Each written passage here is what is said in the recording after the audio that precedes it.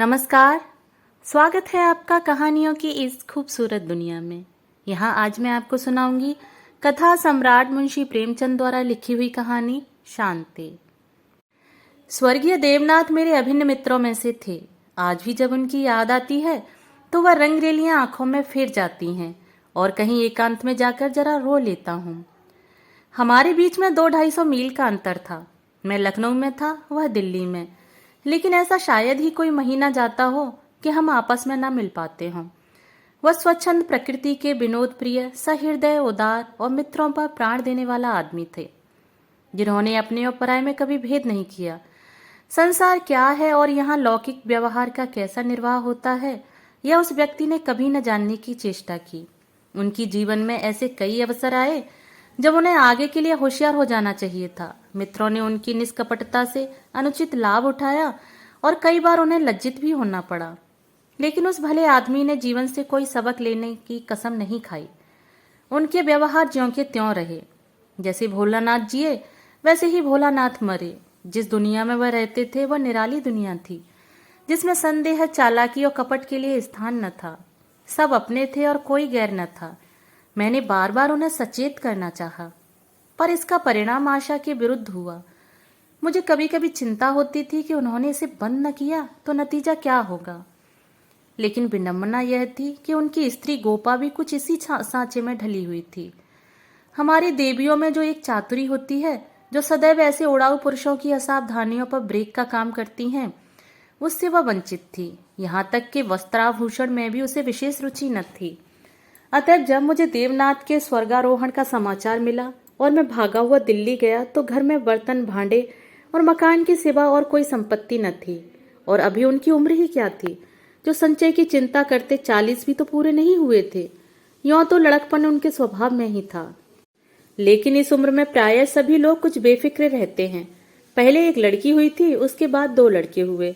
दोनों लड़के तो बचपन में ही दगा दे गए थे, लड़की बच रही थी। और यही इस नाटक का सबसे करुण दृश्य था। जिस तरह का इनका जीवन था, उसके देखते इस छोटे से परिवार के लिए 200 रुपए महीने की जरूरत थी। 2-3 साल में लड़की का विवाह भी करना होगा। कैसे क्या होगा, मेरी बुद्धि कुछ काम न करती थी। इस अवसर पर मुझे यह बहुमूल्य अनुभव हुआ कि जो लोग सेवा भाव रखते हैं और जो स्वार्थ सिद्धि को जीवन का लक्ष्य नहीं बनाते, उनके परिवार को आड़ देने वालों की कमी नहीं रहती। यह कोई नियम नहीं है, क्योंकि मैंने ऐसे लोगों को भी देखा है जिन्होंने जीवन में बहुतों के साथ अच्छे सलूक किए, पर उनके पीछे उनके बाल बच्चे की किसी ने बात तक नहीं पूछी। लेकिन चाहे कुछ हो, देवनाथ के मित्रों ने प्रशंसनीय औदार्य से काम लिया और गोपा के निर्वाह के लिए स्थायी धन जमा करने का प्रस्ताव किया। 2-1 सज्जन जो रणवे थे उससे विवाह करने को तैयार थे, किंतु गोपा ने भी उसी स्वाभिमान का परिचय दिया जो हमारी देवियों का जौहर है, और इस प्रस्ताव को अस्वीकार कर दिया। मकान बहुत बड़ा था, उसका एक भाग किराए पर उठा दिया। इस तरह उसको 50 रुपए माहवार मिलने लगे। वह इतने में ही अपना निर्वाह कर लेगी। जो कुछ खर्च था वह सुन्नी की जात से था। गोपा के लिए तो जीवन में अब कोई अनुराग ही न था। इसके 1 महीने बाद मुझे कारोबार के सिलसिले में विदेश जाना पड़ा और वहां मेरे अनुमान से कहीं अधिक 2 साल लग गए। गोपा के पत्र बराबर जाते रहते थे, जिससे मालूम होता था कि वे आराम से हैं, कोई चिंता की बात नहीं है। मुझे पीछे ज्ञात हुआ कि गोपा ने मुझे भी गैर समझा और वास्तविक स्थिति छिपाती रही। विदेश से लौटकर मैं सीधा दिल्ली पहुंचा। द्वार पर पहुंचते ही मुझे भी रोना आ गया। मृत्यु की प्रतिध्वनि सी छाई हुई थी। जिस कमरे में मित्रों के जमघट रहते थे, उनके द्वार बंद थे। मकड़ियों ने चारों ओर जाले तान रखे थे। देवनाथ के साथ वह स्त्री लुप्त हो गई थी। पहली नजर में मुझे तो ऐसा भ्रम हुआ कि देवनाथ द्वार पर खड़े मेरी ओर देखकर मुस्कुरा रहे हैं। मैं मिथ्यावादी नहीं हूं और आत्मा की दहकता में मुझे संदेह है, लेकिन उस वक्त एक बार मैं चौंक जरूर पड़ा। हृदय में एक कंपन सा उठा, लेकिन दूसरी नजर में प्रतिमा मिट चुकी थी। द्वार खुला। गोपा के सिवा खोलने वाला ही कौन था। मैंने उसे देखकर दिल थाम लिया। उसे मेरे आने की सूचना थी और मेरे स्वागत की प्रतीक्षा में उसने एक नई साड़ी पहन ली थी और शायद बाल भी गूंथ लिए थे। पर इन 2 वर्षों के समय ने उस पर जो आघात किए थे, उन्हें क्या करती। नारियों के जीवन में यह वह अवस्था है जब रूप लावण्य अपने पूरे विकास पर होता है, जब उसमें अल्हड़पन, चंचलता और अभिमान की जगह आकर्षण, माधुर्य और रसिकता आ जाती है, लेकिन गोपा का यौवन बीत चुका था। उसके मुख पर झुर्रियां और विषाद की रेखाएं अंकित थीं, जिन्हें उसकी प्रयत्नशील प्रसन्नता भी न मिटा सकती थी। केशों पर सफेदी दौड़ चली थी और एक एक अंग बूढ़ा हो रहा था। मैंने करुण स्वर में पूछा, क्या तुम बीमार थी गोपा? गोपा ने आंसू पीकर कहा, नहीं तो, मुझे कभी सिर दर्द भी नहीं हुआ। तो तुम्हारी यह दशा क्या है? बिल्कुल बूढ़ी हो गई हो। तो जवानी लेकर करना ही क्या है? मेरी उम्र तो 35 के ऊपर हो गई। 35 की उम्र तो बहुत नहीं होती। हाँ, उनके लिए जो बहुत जीना चाहते हैं। मैं तो चाहती हूँ जितनी जल्दी हो सके जीवन का अंत हो जाए। बस सुन्नी के ब्याह की चिंता है, जिससे छुट्टी पाऊं। मुझे जिंदगी की परवाह न रहेगी। अब मालूम हुआ कि जो सज्जन इस मकान में किराएदार हुए थे, वे थोड़े दिनों के बाद तब्दील होकर चले गए और तब से कोई दूसरा किराएदार न आया। मेरे हृदय में बर्छी सी चुभ गई। इतने दिनों तक इन विचारों का निर्वाह कैसे हुआ, यह कल्पना ही दुखद थी। मैंने विरक्त मन से कहा, लेकिन तुमने मुझे सूचना क्यों न दी? क्या मैं बिल्कुल गैर हूं? गोपा ने लज्जित होकर कहा, नहीं नहीं, यह बात नहीं है। तुम्हें गैर समझूंगी तो अपना किसे समझूंगी? मैंने समझा परदेश में तुम खुद अपने झमेले में पड़े होगे, तो मैं क्यों सताऊं? किसी न किसी तरह दिन कट ही गए। घर में और कुछ न था तो थोड़े गहने बचे थे। अब सुनीता के विवाह की चिंता है। पहले मैंने सोचा था इस मकान को निकाल दूंगी, 20-22 हजार मिल जाएंगे, विवाह भी हो जाएगा और कुछ मेरे लिए बचा भी रहेगा। लेकिन बाद में मालूम हुआ कि मकान पहले ही रेहन हो चुका है और सूद मिलाकर उस पर 20 हजार हो गए हैं। महाराज ने इतनी ही दया क्या कम की कि मुझे घर से निकाल न दिया। इधर से तो अब कोई आशा नहीं है। बहुत हाथ पांव जोड़ने पर संभव है महाजन से 2-2.5 हजार मिल जाए। इतने में क्या होगा, इसी फिक्र में घुली जा रही हूं। लेकिन मैं भी इतनी मतलबी हूं, न तुम्हें हाथ मुंह धोने को पानी दिया, न कुछ जलपान लाई और अपना दुखड़ा ले बैठी। अब आप कपड़े उतारिए और आराम से बैठिए। कुछ खाने को लाऊं? खा लीजिए, तब बातें होंगी। घर पर तो सब कुशल हैं? मैंने कहा, मैं तो सीधे बंबई से यहाँ आ रहा हूँ, घर कहाँ गया? गोपा ने मुझे तिरस्कार भरी आंखों से देखा, पर उस तिरस्कार की आड़ में घनिष्ठ आत्मीयता बैठी झांक रही थी। मुझे ऐसा जान पड़ा उसके मुख की झुर्रियां मिट गई हैं। पीछे मुख पर हल्की सी लाली दौड़ गई। उसने कहा, इसका फल यह होगा कि तुम्हारी देवी जी तुम्हें कभी यहां नहीं आने देंगी। मैं किसी का गुलाम नहीं हूं। किसी को अपना गुलाम बनाने के लिए पहले खुद भी उसका गुलाम बनना पड़ता है। शीतकाल की संध्या देखते ही देखते दीपक जलाने लगी। सुन्नी लालटेन लेकर कमरे में आई। 2 साल पहले की अबोध और कृष्ण तनु बालिका रूपवती युवती हो गई थी, जिसकी हर एक चितवन, हर एक बात उसकी गौरवशील प्रकृति का पता दे रही थी। जिसे मैं गोद में उठाकर प्यार करता था, उसकी तरफ आज आंखें न उठा सका। और वह जो मेरे गले से लिपटकर प्रसन्न होती थी, आज मेरे सामने खड़ी भी न रह सकी। जैसे मुझसे वस्तु छिपाना चाहती है और जैसे मैं उस वस्तु को छिपाने का अवसर दे रहा हूं। मैंने पूछा, अब तुम किस दर्जे में पहुंची सुन्नी? उसने सिर झुकाए हुए जवाब दिया, 10वें में हूं। घर का भी कुछ कामकाज करती हो? अम्मा जब भी करने दें। गोपा बोली, मैं नहीं करने देती या खुद किसी काम के नगीच नहीं आती? सुन्नी मुंह फेरकर हंसती हुई चली गई। माँ की दुलारी लड़की थी। जिस दिन वह गृहस्थी का काम करती, उस दिन शायद गोपा रो रोकर आंखें फोड़ लेती। वह खुद लड़की को कोई काम न करने देती थी, मगर सबसे शिकायत करती थी कि वह कोई काम नहीं करती। यह शिकायत भी उसके प्यार का ही एक करिश्मा था। हमारी मर्यादा हमारे बाद भी जीवित रहती है। मैं तो भोजन करके लेटा तो गोपा ने फिर सुन्नी के विवाह की तैयारियों की चर्चा छेड़ दी। इसके सिवा उसके पास और बात ही क्या थी? लड़के तो बहुत मिलते हैं, लेकिन कुछ हैसियत भी तो हो। लड़की को यह सोचने का अवसर क्यों मिले कि दादा होते हुए तो शायद मेरे लिए इससे अच्छा घर बर ढूंढते। फिर गोपा ने डरते डरते कहा, लाला मदारी लाल के लड़के का जिक्र किया। मैंने चकित होकर उसकी तरफ देखा। मदारी लाल पहले इंजीनियर थे, अब पेंशन पाते थे।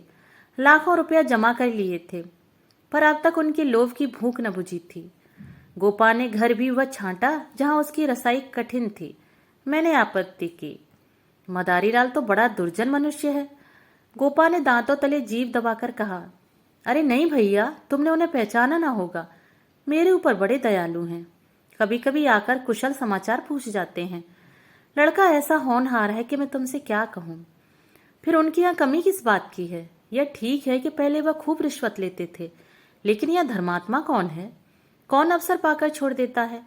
मदारी लाल ने तो यहाँ तक कह दिया कि वह मुझसे दहेज नहीं चाहते, केवल कन्या चाहते हैं। सुन्नी उनके मन में बैठ गई है। मुझे गोपा की सरलता पर दया आई, लेकिन मैंने सोचा क्यों इसके मन में किसी के प्रति अविश्वास उत्पन्न करूं। संभव है मदारी लाल वह न रहे हों। चित्त का भावनाएं बदलती भी रहती हैं। मैंने अर्ध सहमत होकर कहा, मगर यह तो सोचो उनमें और तुम में कितना अंतर है। शायद अपना सर्वस्व अर्पण करके भी उनका मुंह नीचा न कर सको। लेकिन गोपा के मन में बात जम गई थी। सुन्नी को वह ऐसे घर में चाहती थी जहां वह रानी बनकर रहे। दूसरे दिन प्रातःकाल में मदारी लाल के पास गया और उनसे मेरी जो बातचीत हुई उसने मुझे मुग्ध कर दिया। किसी समय वह लोभी रहे होंगे। इस समय तो मैंने उन्हें बहुत ही सहृदय, उदार और विनयशील पाया। बोले, भाई साहब, मैं देवनाथ जी से परिचित हूँ। आदमियों में रत्न थे। उनकी लड़की मेरे घर आए यह मेरा सौभाग्य है। आप उनकी माँ से कह दें, मदारी लाल उनसे किसी चीज की इच्छा नहीं रखता। ईश्वर का दिया हुआ मेरे घर में सब कुछ है। मैं उन्हें जेर बार नहीं करना चाहता। ये 4 महीने गोपा ने विवाह की तैयारियों में काटे। मैं महीने में एक बार अवश्य उससे मिल आता था, पर हर बार खिन्न होकर लौटता। गोपा ने अपनी कुल मर्यादा का न जाने कितना महान आदर्श अपने सामने रख लिया था। पगली इस भ्रम में पड़ी हुई थी कि उसका उत्साह नगर में अपनी यादगार छोड़ता जाएगा। यह न जानती थी कि यहाँ ऐसे तमाशे रोज होते हैं और आए दिन भुला दिए जाते हैं। शायद वह संसार से यह श्रेय लेना चाहती थी कि इस गई बीती दशा में भी लुटा हुआ हाथी 9 लाख का है। पग पग पर उसे देवनाथ की याद आती। वह होते तो यह काम यों न होता, यों होता और तब रोती। मदारी लाल सज्जन है, यह सत्य है, लेकिन गोपा का अपनी कन्या के प्रति भी कुछ धर्म है। कौन उसके 10-5 लड़कियां बैठी हैं, वह तो दिल खोलकर अरमान निकालेगी। सुन्नी के लिए उसने जितने गहने और जोड़े बनवाए थे उन्हें देखकर मुझे आश्चर्य होता था। जब देखो कुछ न कुछ सी रही है। कभी सुनारों की दुकान पर बैठी है, कभी मेहमानों के आदर सत्कार का आयोजन कर रही है। मोहल्ले में ऐसा बिरला ही कोई संपन्न मनुष्य होगा जिससे उसने कुछ कर्ज न लिया हो। वह उसे कर्ज समझती थी, पर देने वाले दान समझ कर देते थे। सारा मोहल्ला उसका सहायक था। सुन्नी अब मोहल्ले की लड़की थी। गोपा की इज्जत सबकी इज्जत है, और गोपा के लिए तो नींद और आराम हराम था। दर्द से सिर फटा जा रहा है। आधी रात हो गई, मगर बस बैठी कुछ न कुछ सी रही है। यह इस कोठी का ध्यान उस कोठी कर रही है। कितनी वात्सल्य से भरी आकांक्षा थी, जो कि देखने वालों में श्रद्धा उत्पन्न कर देती थी। अकेली औरत, और वह भी आधी जान की, क्या क्या करे। जो काम दूसरों पर छोड़ देती है उसी में कुछ न कुछ कसर रह जाती है, पर उसकी हिम्मत है कि किसी तरह हार नहीं मानती। पिछली बार उसकी दशा देखकर मुझसे रहा न गया। बोला, गोपा देवी अगर मरना ही चाहती है तो विवाह हो जाने के बाद मरो। मुझे भय है कि तुम उसके पहले ही न चल दो। गोपा का मुरझाया हुआ मुख प्रमुदित हो उठा। बोली, उसकी चिंता न करो भैया, विधवा की आयु बहुत लंबी होती है। तुमने सुना नहीं, राण मरे न खंडर ढहे। लेकिन मेरी कामना यही है कि सुन्नी का ठिकाना लगाकर मैं भी चल दूं। अब और जीकर क्या करूंगी? सोचो, क्या करूं? अगर किसी तरह का विघ्न पड़ गया तो किसकी बदनामी होगी?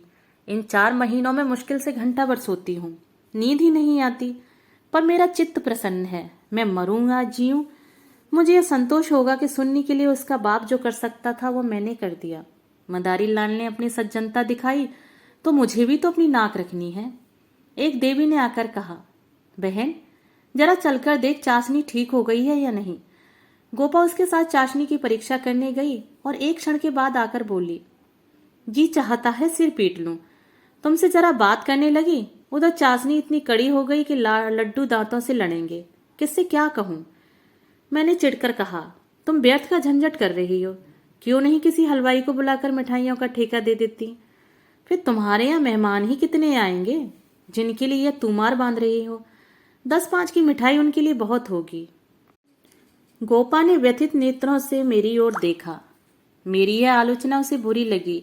इन दिनों उसे बात बात पर क्रोध आ जाता था। बोली, भैया तुम ये बातें न समझोगे। तुम्हें न माँ बनने का अवसर मिला, न पत्नी बनने का। सुन्नी के पिता का कितना नाम था, कितने आदमी उनके दम से जीते थे। क्या यह तुम नहीं जानते? वह पगड़ी मेरे ही सिर तो बंधी है। तुम्हें विश्वास न आएगा, नास्तिक जो ठहरे। पर मैं तो उन्हें सदैव अपने अंदर बैठा पाती हूँ। जो कुछ कर रहे हैं वह कर रहे हैं। मैं मंद बुद्धि स्त्री भला अकेली क्या कर देती। वही मेरे सहायक हैं, वही मेरे प्रकाश हैं। यह समझ लो कि यह देह मेरी है, पर इसके अंदर जो आत्मा है वह उनकी है। जो कुछ हो रहा है उनके पुण्य आदेश से हो रहा है। तुम उनके मित्र हो, तुमने अपने सैकड़ों रुपए खर्च किए और इतना हैरान हो रहे हो। मैं तो उनकी सहगामिनी हूँ, लोक में भी परलोक में भी। मैं अपना समूह लेकर रह गया। जून में विवाह हो गया। गोपा ने बहुत कुछ दिया और अपनी हैसियत से बहुत ज्यादा दिया, लेकिन फिर भी उसे संतोष न हुआ। आज सुन्नी के पिता होते तो न जाने क्या करते। बराबर रोती रही। जाड़ों में मैं फिर दिल्ली गया। मैंने समझा कि अब गोपा सुखी होगी। लड़की का घर और वर दोनों आदर्श हैं। गोपा को इसके सिवा और क्या चाहिए, लेकिन सुख उसके भाग्य में ही नहीं था। अभी कपड़े भी न उतारने पाया था कि उसने अपना दुखड़ा शुरू कर दिया। भैया, घर द्वार सब अच्छा है, सास ससुर भी अच्छे हैं, लेकिन जमाई निकम्मा निकला। सुन्नी बेचारी रो रो कर दिन काट रही है। तुम उसे देखो तो पहचान न सको, उसकी परछाई मात्र रह गई है। अभी कई दिन हुए आई हुई थी। उसकी दशा देखकर छाती पटती थी, जैसे जीवन में अपना पथ खो बैठी हो। न तन बदन की सुध है, न कपड़े लत्ते की। मेरी सुन्नी की दुर्गत होगी यह तो स्वप्न में भी न सोचा था। बिल्कुल गुमसुम हो गई है। कितना पूछा, बेटी तुमसे वह क्यों नहीं बोलता, किस बात पर नाराज है, लेकिन कुछ जवाब ही नहीं देती। बस आंखों से आंसू बहते हैं। मेरी सुन्न कुएं में गिर गई। मैंने कहा, तुमने उसके घर वालों से पता नहीं लगाया? लगाया क्यों नहीं भैया, सब हाल मालूम हो गया। लौंडा चाहता है मैं चाहे जिस राह जाऊं सुन्नी मेरी पूरी करती रहे। सुन्नी भला इसे क्यों सहने लगी? उसे तो तुम जानते हो कितनी अभिमानी है। वह उन स्त्रियों में नहीं है जो पति को देवता समझती हैं और उसका दुर्व्यवहार सहती रहती हैं। उसने सदैव दुलार और प्यार पाया है। बाप भी उस पर जान देता था, मैं भी आंख की पुतली समझती थी। पति मिला छैला, जो आधी आधी रात तक मारा मारा फिरता है। दोनों में क्या बात हुई है कौन जान सकता है, लेकिन दोनों में कोई गांठ पड़ गई है। न सुन्नी की परवाह करता है, न सुन्नी उसकी परवाह करती है। मगर वह तो अपने रंग में मस्त है। सुन्नी प्राण दिए देती है, उसके लिए सुन्नी की जगह मुन्नी है। सुन्नी के लिए उसकी अपेक्षा और रुदन है। मैंने कहा, लेकिन तुमने सुन्नी को समझाया नहीं। उस लौंडे का क्या बिगड़ेगा, इसकी तो जिंदगी खराब हो जाएगी। गोपा की आंखों में आंसू भर आए। बोली, भैया किस दिल से समझाऊं? सुन्नी को देखकर तो मेरी छाती फटने लगती है। बस यही जी चाहता है कि इसे अपने कलेजे से लेकर रख लूं, कि इसे कोई कड़ी आंख से भी न देख सके। सुन्नी फूहड़ होती, कटु भाषणी होती, आराम तलब होती तो समझाती भी। क्या यह समझाऊं कि तेरा पति गली गली मुंह काला करता फिरे, फिर भी तू उसकी पूजा किया कर? मैं तो खुद ही अपमान न सह सकती। स्त्री पुरुष में विवाह की पहली शर्त यह है कि दोनों 16 आने एक दूसरे के हो जाए। ऐसे पुरुष तो कम हैं जो स्त्री को जौ भर विचलित होते देखकर शांत रह सकें, पर ऐसी स्त्रियां बहुत हैं जो पति को स्वच्छंद समझती हैं।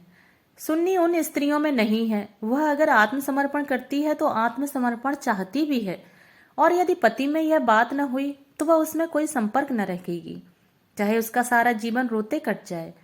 यह कहकर गोपा भीतर गई और एक सिंगारदान लाकर उसके अंदर के आभूषण दिखाती हुई बोली, सुन्नी इसे अब यहीं छोड़ गई। इसलिए आई थी, ये वे गहने हैं जो मैंने न जाने कितना कष्ट सहकर बनवाए थे। इसके पीछे महीनों मारी मारी फिरी थी। यूं कहो कि भीख मांगकर जमा किए थे। सुन्नी अब इसकी ओर आंख उठाकर देखती भी नहीं।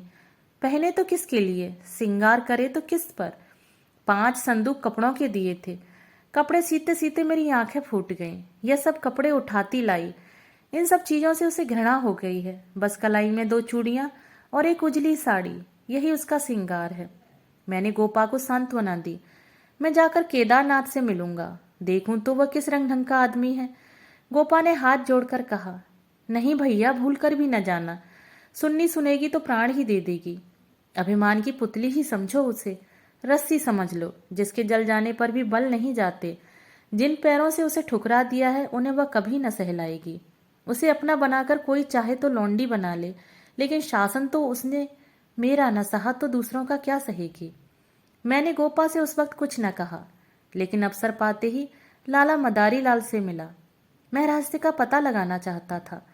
संयोग से पिता पुत्र दोनों ही एक जगह मिल गए। मुझे देखते ही केदार ने इस तरह झुककर मेरे पैर छुए कि मैं उसकी शालीनता पर मुग्ध हो गया। तुरंत भीतर गया और चाय, मुरब्बा और मिठाइयाँ लाया। इतना सौम्य, इतना सुशील, इतना विनम्र मैंने न देखा था। यह भावना ही नहीं हो सकती थी इसके भीतर और बाहर में कोई अंतर हो सकता है। जब तक रहा सिर झुकाए बैठा रहा। जब केदार टेनिस खेलने गया तो मैंने मदारी लाल से कहा, केदार बाबू तो बहुत सच्चरित्र जान पड़ते हैं, फिर स्त्री पुरुष में इतना मनोमालिन्य क्यों हो गया है? मदारी लाल ने एक क्षण विचार करके कहा, इसका कारण इसके सिवा और क्या बताऊं कि दोनों अपने माँ बाप के लाडले हैं और प्यार लड़कों को अपने मन का बना देता है। मेरा सारा जीवन संघर्ष में कटा, अब जाकर जरा शांति मिली है। भोग विलास का कभी अवसर ही न मिला। दिन भर परिश्रम करता था, संध्या को पढ़कर सो जाता था। स्वास्थ्य भी अच्छा न था, इसलिए बार बार यह चिंता सवार रहती थी कि संचय कर लूं, ऐसा न हो कि मेरे पीछे बाल बच्चे भीख मांगते फिरें। नतीजा यह हुआ कि इन महाशय को मुफ्त का धन मिला, सनक सवार हो गई, शराब उड़ने लगी, फिर ड्रामा खेलने का शौक हुआ। धन की कमी थी नहीं, उस पर माँ बाप के अकेले बेटे, उनकी प्रसन्नता ही हमारे जीवन का स्वर्ग था। पढ़ना लिखना तो दूर रहा, बिलास की इच्छा बढ़ती गई। रंग और गहरा हुआ, अपने जीवन का ड्रामा खेलने लगे। मैंने यह रंग देखा तो मुझे चिंता हुई, सोचा ब्याह कर दूं, ठीक हो जाएगा। गोपा देवी का पैगाम आया तो मैंने तुरंत स्वीकार कर लिया। मैं सुन्नी को देख चुका था, सोचा ऐसी रूपवती पत्नी पाकर इनका मन स्थिर हो जाएगा। पर वह भी लाडली लड़की थी, हठीली, अबोध, आदर्शवादिनी। सहिष्णुता उसने न सीखी थी। समझौते का जीवन में क्या मूल्य है, इसकी उसे खबर ही नहीं। लोहा लोहे से लड़ गया। वह अभन में पराजित करना चाहती है या उपेक्षा से, यही रहस्य है। और साहब, मैं तो बहू को ही अधिक दोषी समझता हूँ। लड़के प्रायः मनचले होते हैं, लड़कियां स्वभाव से ही सुशील होती हैं और अपनी जिम्मेदारी समझती हैं। उसमें ये गुण नहीं। डोंगा कैसे पार होगा ईश्वर ही जाने। सहसा सुन्नी अंदर से आ गई, बिल्कुल अपने चित्र की रेखा सी, मानो मनोहर संगीत की प्रतिध्वनि हो। कुंदन तपकर भस्म हो गया था। मिटी हुई आशाओं का इससे अच्छा चित्र नहीं हो सकता। उलाहना देती हुई बोली, आप जाने कब से बैठे हुए हैं, मुझे खबर तक नहीं, और शायद आप बाहर ही चले जाते। मैंने आंसुओं के बेग को रोकते हुए कहा, नहीं सुन्नी, यह कैसे हो सकता था? तुम्हारे पास ही आ रहा था कि तुम स्वयं आ गई। मदारीलाल कमरे के बाहर अपनी कार की सफाई करने लगे। शायद मुझे सुन्नी से बात करने का अवसर देना चाहते थे। सुन्नी ने पूछा, अम्मा तो अच्छी तरह से हैं? हाँ, अच्छी हैं, पर तुमने ये अपनी क्या गत बना रखी है? मैं अच्छी तरह से हूँ। यह क्या बात है? तुम लोगों में यह क्या अनबन है? गोपा देवी प्राण दिए डालती हैं, तुम खुद मरने की तैयारी कर रही हो। कुछ तो विचार से काम लो। सुन्नी के माथे पर बल पड़ गए। अपने नाहक यह विषय छेड़ दिया चाचा जी। मैंने तो यह सोचकर अपने मन को समझा लिया कि मैं अभागिन हूँ, बस उसका निवारण मेरे बूते से बाहर है। मैं उस जीवन से मृत्यु को कहीं अच्छा समझती हूँ जहाँ अपनी कदर न हो। मैं व्रत के बदले में व्रत चाहती हूँ। जीवन का कोई दूसरा रूप मेरी समझ में नहीं आता। इस विषय में किसी तरह का समझौता करना मेरे लिए असंभव है। नतीजे की मैं परवाह नहीं करती। लेकिन नहीं चाचा जी, इस विषय में आप कुछ न कहिए, नहीं तो मैं चली जाऊंगी। आखिर सोचो तो। मैं सब सोच चुकी और तय कर चुकी। पशु को मनुष्य बनाना मेरी शक्ति से बाहर है। इसके बाद मेरे लिए अपना मुंह बंद करने के सिवा और क्या रह गया था? मई का महीना था। मैं मंसूर गया हुआ था कि गोपा का तार पहुंचा, तुरंत आओ, जरूरी काम है। मैं घबरा तो गया, लेकिन इतना निश्चित था कि कोई दुर्घटना नहीं हुई है। दूसरे दिन दिल्ली जा पहुंचा। गोपा मेरे सामने आकर खड़ी हो गई, निस्पंद, मूक, निष्प्राण, जैसे तपेदिक की रोगी हो। मैंने पूछा, कुशल तो है? मैं तो घबरा उठा। उसने बुझी हुई आंखों से देखा और बोला, सुन्नी तो कुशल से है। हाँ, अच्छी तरह है। और केदारनाथ, वह भी अच्छी तरह है। तो फिर माजरा क्या है? कुछ तो नहीं। तुमने तार दिया और कहती हो कुछ नहीं। दिल तो घबरा रहा था, इससे तुम्हें बुला लिया। सुन्नी को किसी तरह समझाकर यहाँ लाना है। मैं तो सब कुछ करके हार गई। क्या इधर कोई नई बात हो गई? नई तो नहीं है, लेकिन एक तरह से नई ही समझो। केदार एक एक्ट्रेस के साथ कहीं भाग गया। 1 सप्ताह से उसका कहीं पता नहीं है। सुन्नी से कह गया है, जब तक तुम रहोगी घर में नहीं आऊंगा। सारा घर सुन्नी का शत्रु हो रहा है, लेकिन वह वहां से टलने का नाम नहीं लेती। सुना है केदार अपने बाप के दस्तखत बनाकर कई हजार रुपए बैंक से ले गया है। तुम सुन्नी से मिली थी? हाँ, 3 दिन से बराबर जा रही हूँ।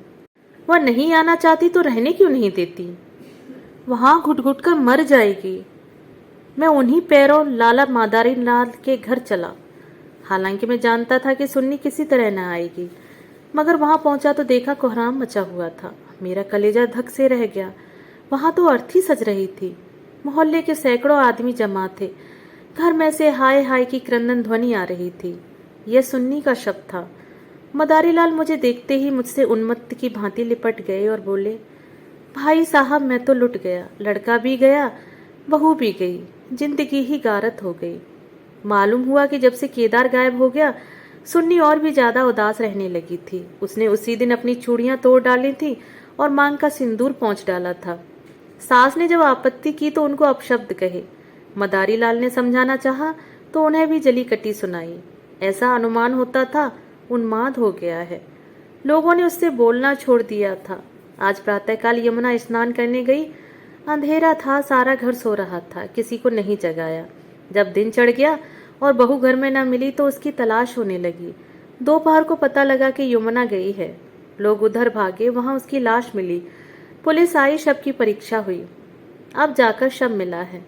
मैं कलेजा थाम कर बैठ गया। हाय, अभी थोड़े दिन पहले जो सुंदरी पालकी पर सवार होकर आई थी, आज वह 4 कंधों पर जा रही है। मैं अर्थी के साथ हो लिया और वहां से लौटा तो रात के 10 बज गए थे। मेरे पांव कांप रहे थे। मालूम नहीं यह खबर पाकर गोपा की क्या दशा होगी, प्राणांत न हो जाए।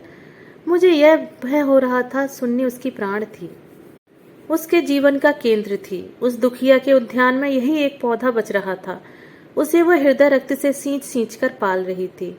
उसके बसंत का सुनहरा स्वप्न ही उसका जीवन था। उसमें कोंपलें निकलेंगी, फूल खिलेंगे, फल खिलेंगे, चिड़िया उसकी डाली पर बैठकर अपने सुहाग राग गाएगी। किंतु आज निष्ठुर नियति ने उस जीवन सूत्र को उखाड़कर फेंक दिया और अब उसके जीवन का कोई आधार न था।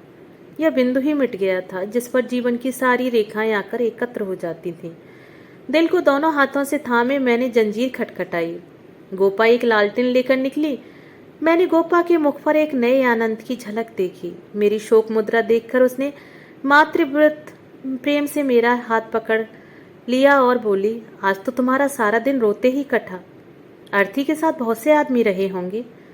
मेरे जी में भी आया कि चलकर सुन्नी के अंतिम दर्शन कर लूं, लेकिन मैंने सोचा जब सुन्नी ही न रही तो उसकी लाश में क्या रखा है। ना गई। मैं विस्मय से गोपा का मुंह देखने लगा तो इसे यह शोक समाचार मिल चुका है। फिर भी वह शांति और अविचल धैर्य। बोला, अच्छा किया ना गई, रोना ही तो था। हाँ और क्या, रोई यहाँ भी, लेकिन तुमसे सच कहती हूँ, दिल से नहीं रोई। न जाने कैसे आंसू निकल आए। मुझे तो सुन्नी की मौत से प्रसन्नता हुई।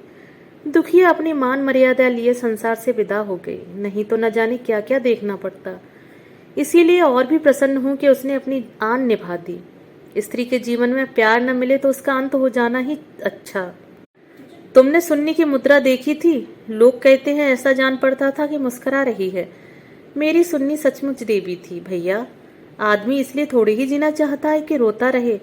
जब मालूम हो गया कि जीवन में दुख के सिवा कुछ नहीं है तो आदमी जीकर क्या करे, किस लिए जिए? खाने और सोने और मर जाने के लिए? या मैं नहीं चाहती कि मुझे सुन्नी की याद न आएगी और मैं उसे याद करके रोऊंगी नहीं, लेकिन वह शोक के आंसू न होंगे। बहादुर बेटी की माँ उसकी वीरगति पर प्रसन्न होती है। सुन्नी की मौत में क्या कुछ कम गौरव है? मैं आंसू बहाकर उस गौरव का अनादर कैसे करूं? वह जानती है, और चाहे सारा संसार उसकी निंदा करे, उसकी माता सराहना ही करेगी। उसकी आत्मा से यह आनंद भी छीन लूं। लेकिन जब रात ज्यादा हो गई है, ऊपर जाकर सो रहो। मैंने तुम्हारी चारपाई बिछा दी है, मगर देखे अकेले पड़े पड़े रोना नहीं। सुन्नी ने वही किया जो उसे करना चाहिए था। उसके पिता होते तो आज सुन्नी की प्रतिमा बनाकर पूजते। मैं ऊपर जाकर लेटा रहा तो मेरे दिल का बोझ बहुत हल्का हो गया था, किंतु रह रहकर यह संदेह हो जाता था कि गोपा की यह शांति उसकी अपार व्यथा का ही रूप तो नहीं है। दोस्तों, अभी आप सुन रहे थे मुंशी प्रेमचंद द्वारा लिखी हुई कहानी शांति। अगर आपको ये कहानी पसंद आई हो तो मेरे चैनल को सब्सक्राइब और मेरी वीडियो को लाइक और शेयर जरूर करें और अपने सुझाव मुझे कमेंट बॉक्स में साझा करें। धन्यवाद।